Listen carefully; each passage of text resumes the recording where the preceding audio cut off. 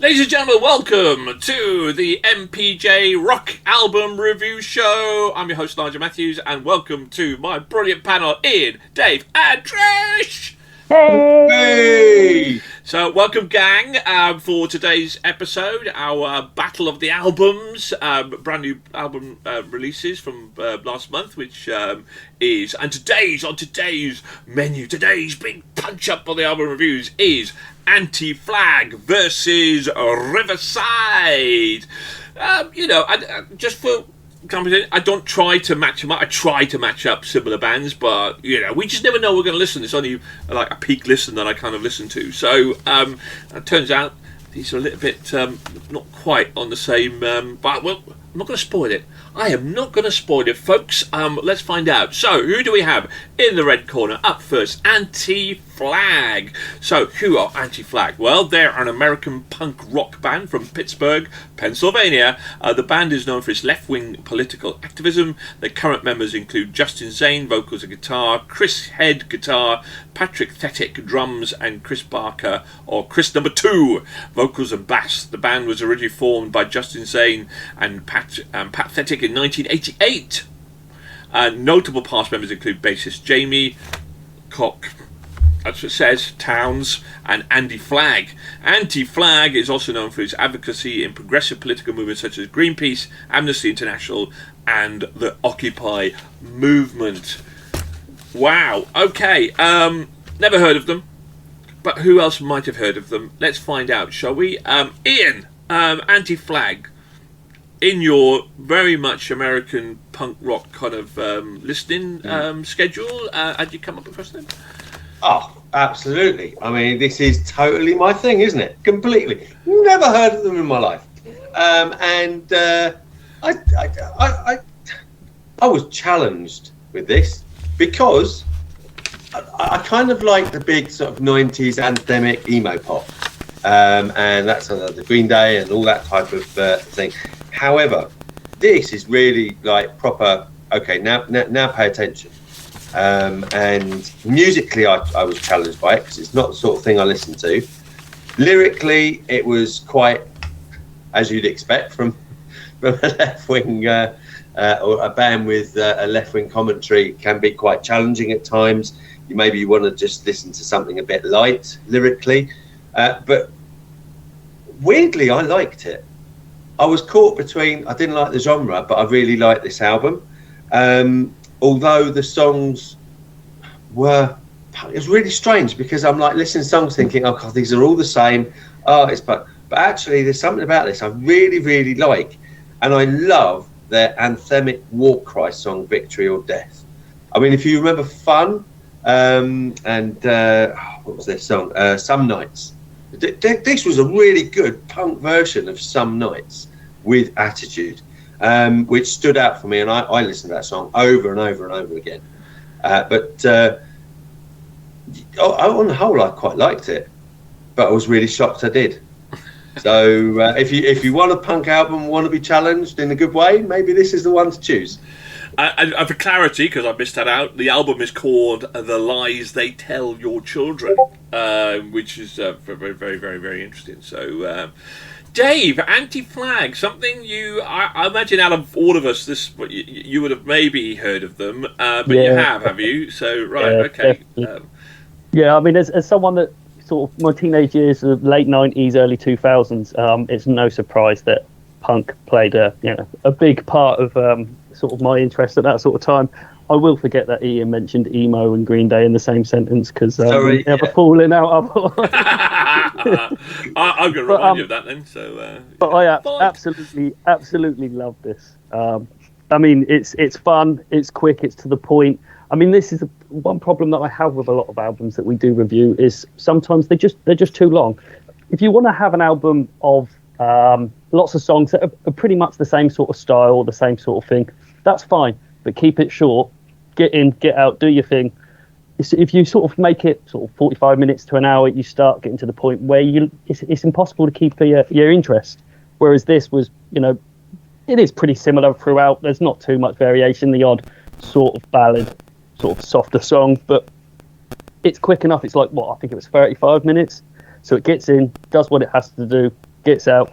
Yeah, absolutely great. Love this. It definitely to my tastes.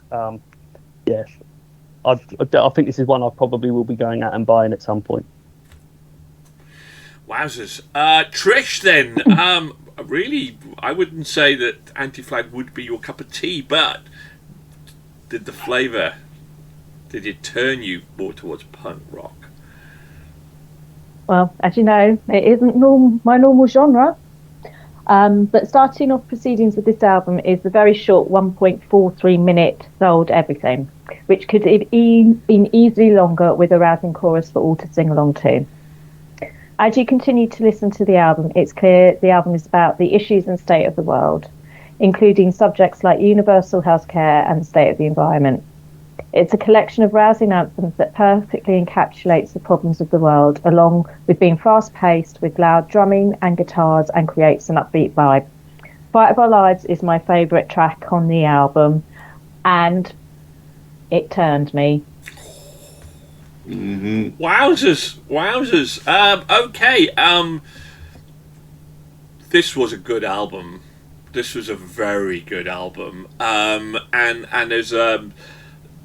there's a lot of reasons why it was a good album, and I think it just echoed in terms of what you've all just said, and particularly what Dave said is that, you know, you could be, if you want to get a political point across, you could be Billy Bragg, okay, and you could labour it, and it's just, you know, and you're listening not for the music, but you're listening for the message that it's delivering.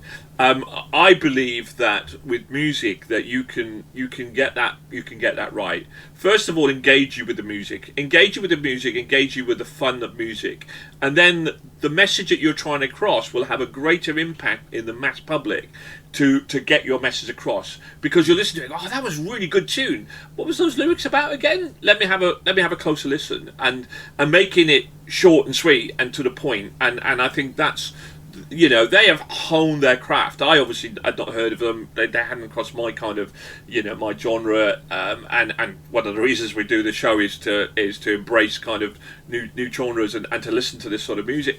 And I'm so glad I did. I'm so glad I put them in, because I do, and I think I think their punk rock style lent very much to that indie rock style as well. It was very listenable to. It was very catchy. I mean, Picture of Death. I'm with you here. Oh, what an anthem of a song. I would be up there, you know, pumping the air to that if I ever get to see them live. I think that it's not my perfect album, but it's a damn good album. It really is. Delivers its message, short, punchy, bang to the point, great riffs, great music, great lyrics. Obviously, the lyrics are fantastic, but don't ram things down your throat and say, you know, you must believe it next. Like, there's the problems, here's the issues as we see them, and we put that to music. They do it ever so well, ever so well. Really, really terrific album. Well done, guys. I enjoyed it. I really did enjoy it. So, okay. So, Nige, yeah. Before we do the scoring, just want to say, we're going on to Riverside next. Yeah. Just on the point of Anti-Flag, there's a recurring thing. Yeah. Last month I was challenged by a genre that I typically don't like, and it scored well from me. And this one, I've been challenged again. I'm not going to say anything about the scoring on this one, but I really hope that every month there's something that challenges me and shifts my thinking about something that perhaps I was negative about before. So props to that from this. That's my job. That's my job. That's my job. As Trish, as you're going to find out next month with pigs. But we won't go into that. Anyway, right, okay. Riverside. So who are Riverside? Riverside are a Polish. First, I don't think I've ever said those words before on this show. A Polish progressive rock band from Warsaw. They were founded in 2000 by friends Mariusz Duda, Peter, it's pronounced Potter, but I know that you can say Peter. That's good for me. This is going to challenge my pronunciation, which is bad as it ever is. Gruncinski, Petois, or Peter Koisaradraski, Jacek Meinkin, oh god, I'm giving a give up, who shared the love for progressive rock and heavy metal. Although Duda, the main lyricist and composer of the band, was originally a fan of electronic, ambient, experimental music like Radiohead, Massive Attack, Dead Can Dance, Tangerine Dream, Peter Gabriel, and later on prog rock like Pink Floyd, Rush, Marillion, as well as thrash metal. Riverside can be described as a blend of atmospheric rock and metal elements, resulting in a sound similar to that of Porcupine Tree, Pain of Salvation, and we quiver with the name Dream Theatre. Riverside. Dave, talk to me about. I think we started with Dave last time on Anti-Flag, so we'll start with Ian on this one, shall we? Riverside, mate. What did they do for you? Riverside. So the first track that comes on, I believe, is called "Friend or Foe," and I just thought, oh my god, someone's been able to pick up the greatness of Aha and bring it up to date. Absolutely, it was like, wow. You just stole my thunder, damn you. You just stole my... That hurts. Shouldn't have put me first. That was too obvious. But, I mean, obviously that's a big thing because we've all nodded our heads and we've upset Nigel. So another achievement done on this podcast. But do you find when you listen to albums, you liken them to things like... we mentioned the Arctic Monkeys on previous last podcast, and this one was Aha. But then it went very not Aha. In fact, I was thinking, who is this like? Actually, it's not like anybody. This is really original sounding. I really like this. It's very direct, very diverse album. There's a load of different influences in there, and their own generation, music generation. And it isn't afraid of itself, I think, is the thing that stood up is they're just doing their thing. And that's very Polish. I've been on a couple of cruises, and the Polish people on board very much stand out because they just do what they want, when they want, and they're outspoken. And this music does that as well. Great sound, fantastic production, really good. And although short, it was very sweet. Just 7 tracks, but 7 is clearly the magic number. I thought it was 6, but apparently it's 7. Okay. Dave, Riverside. So, already plenty of people with Anti-Flag have spoken about being challenged and something that's sort of out of your comfort zone, not to your particular taste. And this is so far from my taste, it's untrue. But I absolutely, it's one that I have to keep going back and listening to because I've got to admire them that it's something completely different. As Ian said, it's just not like anything I can actually put my finger on, anything I've ever heard before. The vocals, actually, funnily enough, reminded me of Pet Shop Boys. Don't know why. There was just something about the vocals that was what sort of come into my mind. But again, I'm not sure whether I would say that I actually like it. But it's one that I keep going back to, and it's growing on me more and more. And I think I will, beyond this, keep going back to it again.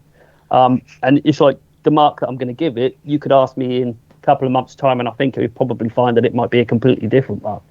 But it just kept me engaged throughout the whole album. It really is an interesting listen. I would recommend anyone go and listen to it because if this sort of progressive rock is your interest, I think you'll absolutely love this album from the offset. Even if it's not, I think it's something that will possibly interest quite a few people that wouldn't have thought this is something that they would ever listen to. Yeah. Okay. Trish, Riverside, did it challenge you, Trish? Did it take you down paths you've never tread before? Well, not on this journey, but... Like Ian, as soon as I heard the opening music of Friend or Foe and then the vocals, I thought I was listening to Aha. Very pop with then a mix of techno thrown in, but I enjoyed it, so I was interested to see how the album continues. As with the opening track, I wouldn't class it as a rock album. So I had to be very open-minded listening to the rest of the album. Landmine Blast starts as if it's going to break into a country song for me, but then the rock guitars kick in, leading to a very different style to the opening track. The rest of the album is embedded in synths or crunchy guitars. It's definitely an interesting album. It was pleasant to listen to something different, but unfortunately, this rock chick is embedded in her heavier metal rock. So all in all, this album didn't really float my boat. Oh. I think that's a case of appreciated but didn't love it. So by the sound of that, so you stole my thunder because absolutely you're right. I mean, it was like a slightly heavier version of Aha on that opening track. And so I'll tell you a story as well, because I love Friend and Foe. I actually downloaded it to my place because it actually did remind me of that sort of genre, and I felt I'd heard that before. And then it was one of the early albums I'd listened to when we marked down what we were going to do, and then a few weeks later I'd totally forgotten that I'd listened to it, because I always then come back and have another listen. And I'm in a song contest, and somebody put Friends or Foe into the song contest, and I didn't really rate it very high on the basis that, well, I've heard all of this before. Right, it's not something new that I've listened to, because it had that vibe from the 90s, that sort of vibe to it. And of course, and then when I went back, to the album, and went, well, of course, and obviously the points had gone out there. I'm kicking myself and apologise to the person who entered it, because of my comments was like, well, because I'm an idiot, I'm a total idiot. I heard it all before because I only listened to it 3 weeks ago and downloaded it onto my playlist, because I absolutely loved. I thought it was terrific. I thought it was a cracking opening to an album. It was so quirky and so different, and I think that's the difference here, is that I think I'm alongside Dave as well, because I think that the thing is with prog rock, and a lot of bad influence of prog rock is that becomes kind of very dour. It takes far too long, 8-minute tracks, which I absolutely despise, unless it's a power metal kind of sort of song. It just drives my head in. But this is not. It's short, it's sweet, it's variation. What's the keyboardist Jones? What was his first name? Howard Jones. Howard Jones. And it was like that mix between. I always felt influences of Howard Jones. Pet Shop Boys are absolutely right. But Nick Kershaw in there. Yeah, but very much on a like, as if these people had still been around, and then put a super metal group together, and try to try to add that heavy metal influence and guitar influence into their sound, and that's what it felt to me. So yeah, definitely progressive rock, but much more upbeat and much more joyous than everything else. So I thought it was solid. I kind of go along with Trish. Really not my cup of tea, but engaging and interesting, and certainly not something that I would turn off if it was on. So yeah, I thought it was a solidly good album, really good. So and I know this person says he's going to keep putting Riverside songs into the contest because he loves them that much. So okay, so who is going to be? This could be very close here. Well, maybe not. Anti-Flag versus a Riverside. Let's get our so similar in the terms of, like, not something that we would typically run out and listen to from our normal kind of listening modes. Okay, Ian, let's start with you then. Anti-Flag, let's get your ratings. Really wanted to give it 5, couldn't quite, but it's a definite solid 4. 4, okay. For Anti-Flag, yeah. Riverside. Riverside, can't put the gold star up, but it's a 5 out of 5. 5! Ooh! 5 out of 5, definitely. Wowzers. Wowzers. 1 up then for you. Okay, Trish. Anti-Flag, 4 out of 5. Riverside, 2.5. Anti-Flag pulls it back to 1-1. Chris, he gave Anti-Flag a 3, better than he was expected to be, and he obviously didn't like Riverside. He only gave Riverside a 2. So Dave, then let's get to you there. Anti-Flag, 4.5. 4.5, and Riverside, 3. 3. Cool. I give Anti-Flag a 4. And I give Riverside a 3. So from that sort of thing. So Anti-Flag runs away with it at the end, but could be some good scoring here. Let's start with Anti-Flag. That's 8, 11. 8, 11, 15. Oh, 19.5. Oh, just close. outside the Hall of Fame, 19.5, but certainly top 50 Did I say albums. 4.5? I meant 5. Oh, mate, too late now. Well, blame Chris. You only give it a 3. So 19.5, nearly a Hall of Fame. I mean, I think that could be the highest rating we've ever given a punk rock kind of album, really. So, so kudos there. And certainly in our top 50 albums. Riverside, 5.5, 7.5, 10.5, 15.5. That's pretty solid. That's definitely going to be kind of top 75 or something like that albums, which is definitely in the top half of our albums listened to. 15.5. Really good solid score, really good solid score. Particularly, it could be the best prog rock rating we've ever given a prog rock album either, as well. So, hey, maybe we're changing, maybe we're embracing the new world and the new genres. So, so I promise you, Ian, they will keep on coming. Wow, what a fantastic show. 2 really good albums.